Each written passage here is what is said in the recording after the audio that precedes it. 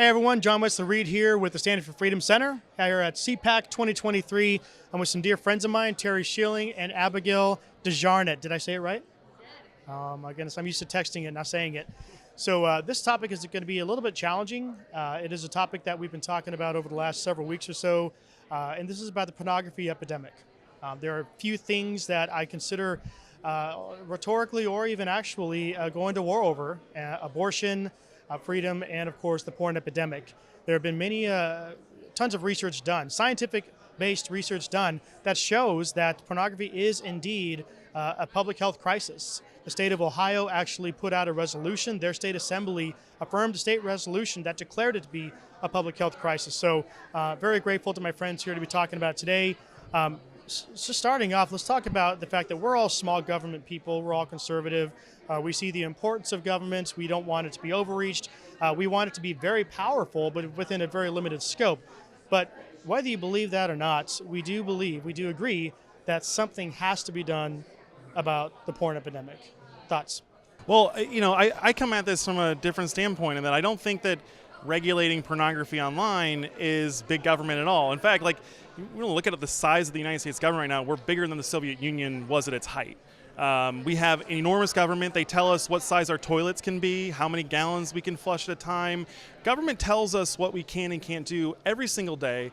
It's doing everything that it shouldn't and none of what it should be. And I think one of the basic measurements of a decent society is what they do to protect children, not just from abortion, but also their innocence from pornography online.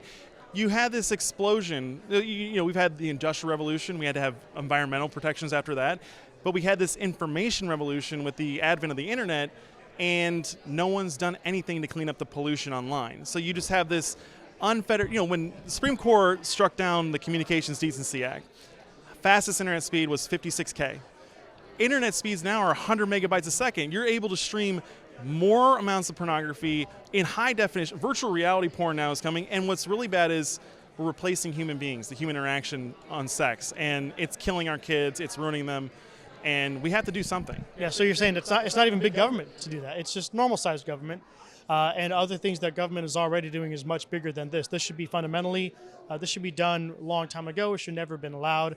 Abigail, you and I were talking the other day, and you were giving me some fascinating information about the biology, the psychology behind it, and what makes people want to come back to it, and how children are literally, it gets to a point where we can't even blame adults, because they were, at this point now, children who have been physically conditioned for it. Let's hear some more. Right, and so it points back to a facet of the brain called neuroplasticity, which is an amazing thing that the brain is able to do. It can adapt to a lot of different circumstances, and neural pathways are changed, but what the enemy does, which is what he always does, is manipulate God's design. He can't create anything, he's not inventive. So neuroplasticity is amazing. However, when manipulated, it is devastating. So porn is considered a supernormal stimulus. And so it's a very exaggerated version of something that is natural, something that is normal. And so there's actually a Dutch biologist named Nico Tinbergen, and so he was kind of talking about what you were saying a moment ago. It's exaggerated. He introduced an experiment with butterflies, I believe. And so what was happening is he introduced the male butterflies into this test environment, and there were cardboard cutouts of these female butterflies that were very brightly colored. They moved regularly, and so the male butterflies tried to mate with these cardboard butterflies. Well, then they introduce live females into the test environment who are not as brightly colored. They don't move as regularly. And what do the males do? They ignore them because of the supernormal stimulus. The live, real, living, breathing butterflies are no longer exciting to the male butterfly. And so we're seeing a lot of that in the pornography industry, the porn epidemic, I will say, but it goes beyond the sexual realities of what's going on. The supernormal stimulus, you have a kid who maybe is playing a video game on a tablet. An ad comes up. He doesn't know what it is. He opens up the ad, he sees the supernormal stimulus, and his brain doesn't know what to do about it. Immediately in the limbic system, this incredible amount of dopamine is released, and then you have the beginning of a neural pathway that is formed. The problem is that an 8-year-old boy doesn't have the frontal lobe required to make a judgment, a value judgment about what he's seeing. He can't decide, oh, I shouldn't be looking at that. He says, what is this?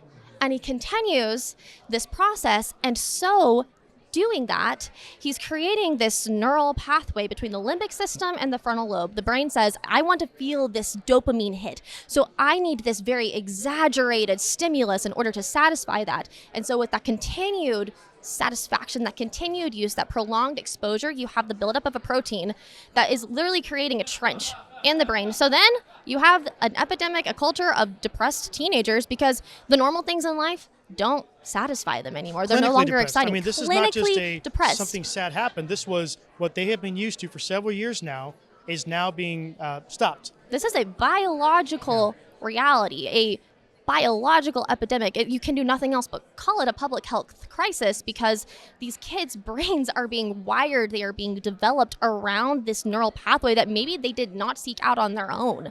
And it sets incredibly unrealistic expectations, right? So like when you're a kid, you can watch porn several times a day, several times a night.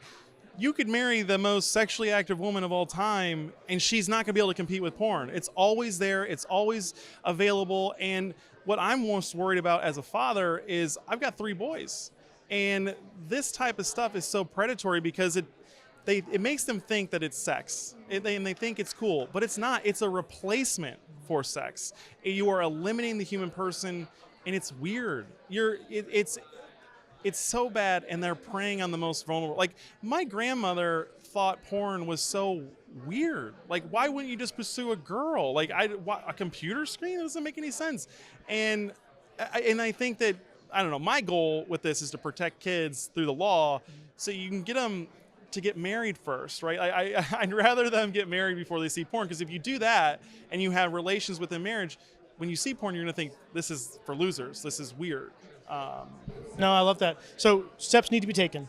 They say that we need to change hearts, and that's totally true. Martin Luther King and others have said that while we're in our pursuit of changing hearts, we need to have laws in place for the hearts that won't change. Same thing goes with abortion. Do we want to change hearts? Do we want to make abortion unthinkable? Of course we do. But until then, humanity is still broken, people are still depraved, and lives are still going to be lost, which is why laws need to come in place. So from a judicial, legislative posture, what do you think? We don't need to win hearts and minds on this issue. Being so politically focused, we're always just trying to win campaigns and elections, and we use popular policies. Protecting minors from porn online is one of the most popular things I've ever polled. And I've polled sex changes for minors and banning that. This is in the 90s, and it builds a supermajority across the political spectrum. Not polled. Yeah, polled, like a political opinion survey. To give you some context of what he does, yes. But protecting kids online from porn is a no-brainer. It's politically popular. We just have these politicians that have adopted this lie that it's big government to protect. Listen, we protect kids online from online gambling, from tobacco sales. They have to verify their age for alcohol sales. We do this all the time. You can't open a bank account with showing your ID. But for some reason, when it comes to violent and hardcore pornography, we don't do anything to protect our kids. Right? It's insane. And it's just because we have lame politicians who are cowardly and unwilling to take any risk. It's not even a risk, but they see it as a risk and as big government. It's all a lie. Your government tells you the size of your toilets. We need to protect our kids. The government tells you the size of your toilets. I love that. I told line. you I'd give you some sound bites. No, it's a good one. It's a good one. Okay, so any final thoughts, Abigail? I would just say that this is truly devastating my generation. I know that almost everyone I talk to has had some interaction with porn, and it's maybe not firsthand, but it's secondhand. I know girls that cannot get out of abusive relationships because maybe their boyfriends have this expectation of sex, this expectation of relationships, because that's where they have learned about this, is through the internet, is through pornography. I think if the church, if parents are having these conversations earlier with their kids about what pornography is, we don't look at things like that on the internet. So you have some sort of a foundation for a response before you're playing a game online and it hits you and you don't know what to do, and that process starts. You can shut it down before it ever begins to build this neural pathway. Awesome. Guys, thanks so much for your time. Thanks, Sean. This is a conversation that I'm glad we had, but I hope that this spurs conversations with others, that they start thinking about it more, that churches get involved, and ultimately let churches get involved in encouraging their congregation to go out and vote, to go out and be active in this so we can bring it all to an end. So thanks again for your time, guys.